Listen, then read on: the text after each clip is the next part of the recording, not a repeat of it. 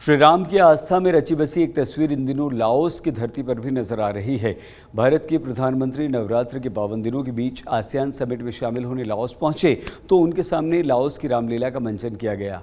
Laos संस्करण में रामायण नाम से अपनाई गई। इसी तरह इंडोनेशिया और मलेशिया में भी अलग अलग रूपों में रामकथा का मंचन किया जाता है।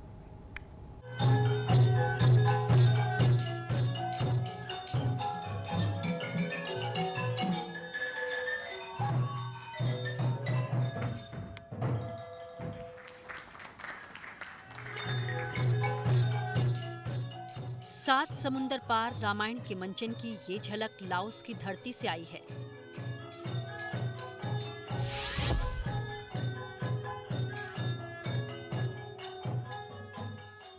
प्रधानमंत्री नरेंद्र मोदी 21वें आसियान भारत और पूर्वी एशिया शिखर सम्मेलन में हिस्सा लेने के लिए लाओस की राजधानी वियंतियान में हैं। लाओस में पीएम मोदी दो देशों की संस्कृति के इस अद्भुत संगम के गवाह बने। इस मौके पर प्रधानमंत्री ने रामायण के लाओ संस्करण की शानदार परफॉर्मेंस देखी।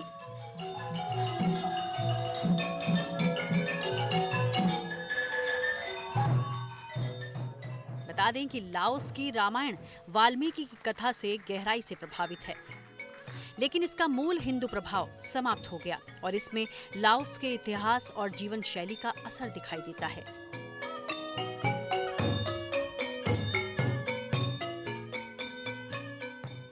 लाओस में इसे फलक फराम या फ्रा लाक फ्रा राम के नाम से जाना जाता है। दरअसल दक्षिण पूर्व एशिया में रामायण सदियों पहले पहुंची थी।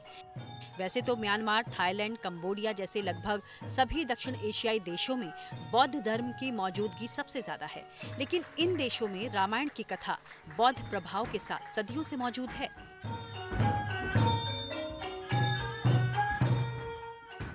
ये दिखाता है कि महान हिंदू महाकाव्यों में से एक रामायण की कथा जिस तरह से भारत और लाओस समेत दक्षिण पूर्व एशिया को जोड़ती है, दुनिया का कोई दूसरा ग्रंथ ऐसा करता नहीं दिखता है।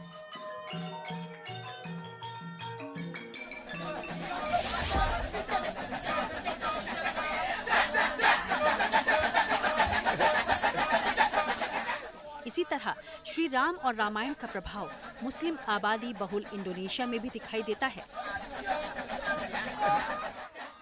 इंडोनेशिया में आबादी के एक बहुत बड़े समूह का मानना है कि इस्लाम जहां उनका धर्म है तो वहीं रामायण उनकी संस्कृति। यहाँ लोग 9वीं सदी में लिखी जैवनीज वर्जन ऑफ रामायण को मानते हैं। इंडोनेशिया में इस्लाम धर्मावलंबियों की बहुत बड़ी संख्या है, लेकिन उसके बावजूद भी वहाँ का रामायण जो है वो लोगों में रचा है, बसा है। और वहाँ पर एक काकवीन ग्रंथ है जो जैसे भारत में वाल्मीकि कृत रामायण है और वो कावी भाषा में है। आपको ये मैं बताऊं कि राम के जन्म से लेकर के और स्वर्गारोहण तक की समस्त कथाएं इंडोनेशिया में रामलीला के रूप में वहाँ पर दिखाई जाती है। इंडोनेशिया के जावा में प्रम्बनम मंदिर में सेंद्रातारी रामायण लगभग साल भर चलती है। ये राम कथा पर आधारित बेले डांस यानी नृत्य नाटिका है। इसमें सीता हरण, मारीच मरण जैसे दृश्य देखने को मिलते हैं। इसमें एक बार में सैकड़ों कलाकार भाग लेते हैं। कभी कभी तो कलाकारों की संख्या 1000 को भी पार कर जाती है। इंडोनेशिया के योग्यकर्ता में 9वीं सदी का निर्मित ये प्रम्बनम मंदिर बताता है कि दोनों देशों की ऐतिहासिक साझेदारी, पारंपरिक साझेदारी कैसी है। और उसी मंदिर के प्रांगण में आयोजित किया जाता है ये रामायण बैले बताता है कि आज दोनों देशों के रिश्तों को किस तरीके से यहाँ के लोग सहेज कर रखते हैं, परंपराओं को किस तरीके से सहेज कर रखते हैं। बता दें कि इंडोनेशिया के सुमात्रा द्वीप को वाल्मीकि रामायण में स्वर्ण भूमि नाम दिया गया है। रामायण यहाँ के जनजीवन में वैसे ही बसी है जैसे भारतवासियों के इंडोनेशिया में बेहतर इंसान बनने के लिए मुसलमान भी रामायण पढ़ते हैं।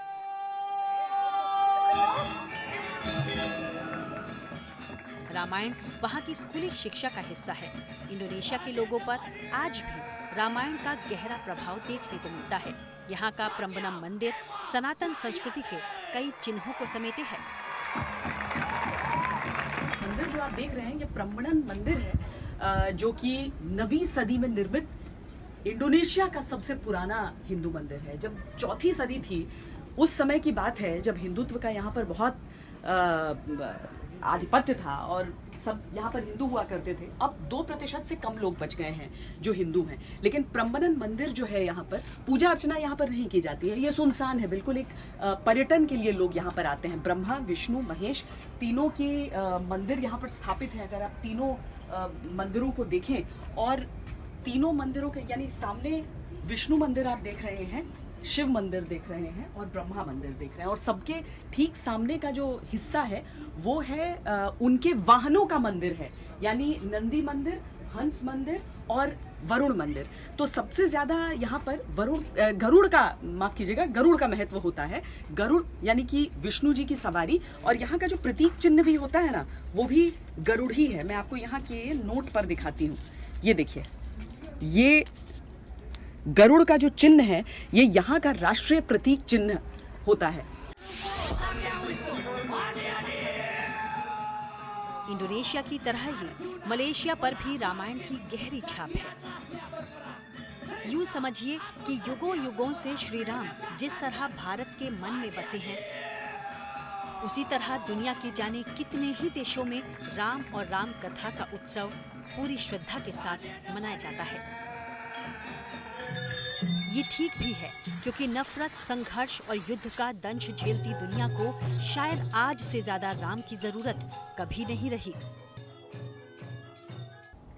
आज तक गुजरात में आज के लिए बस इतना ही। देश और दुनिया की हर खबर के लिए देखते रहिए आज तक। आप प्लीज अपना बहुत ख्याल रखिएगा।